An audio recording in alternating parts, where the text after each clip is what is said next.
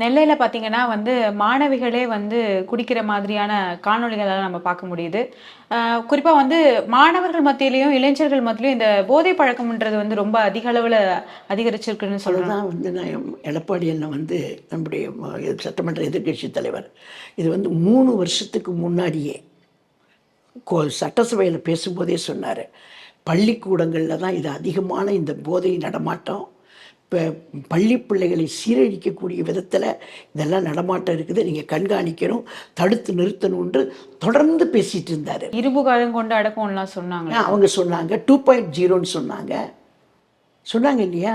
இதெல்லாம் செஞ்சு நாங்கள் வந்து எடுத்து எல்லாம் சரி பண்ணிவிடுவோம், தடுத்து நிறுத்திடுவோம். இன்றைக்கி நெல்லையில் நடந்த சம்பவம் அப்படியே இது நமக்கு திடுக்கிட செய்யுது. அதுவும் பெண் பிள்ளைகள் வந்து இதுக்கு என்ன காரணம்? இதுக்கு ஒரே காரணம் போதை தான். இது இன்றைக்கி இந்த அளவுக்கு பள்ளிக்கு தான் முதல்ல கொண்டு போய் சேருது. அதுக்கு பிறகு கல்லூரிக்கு வருது. அதுக்கு பிறகு எல்லா இடங்கள்லையும் சர்வசாதாரணமாக நடக்கக்கூடிய போதை கலாச்சாரம். இதை நடவடிக்கை எடுத்திருக்காங்க அந்த பள்ளியில் அந்த படிக்கக்கூடிய பிள்ளைங்கள்ன்றது வேற. இது இப்படியே பரவும்போது ஒரு இடத்துல நடக்கக்கூடிய சம்பவம் அடுத்த இடத்துக்கு பரவும்போது இந்த கல்வியில் வந்து கல்வின்றதே அறிவு தான்.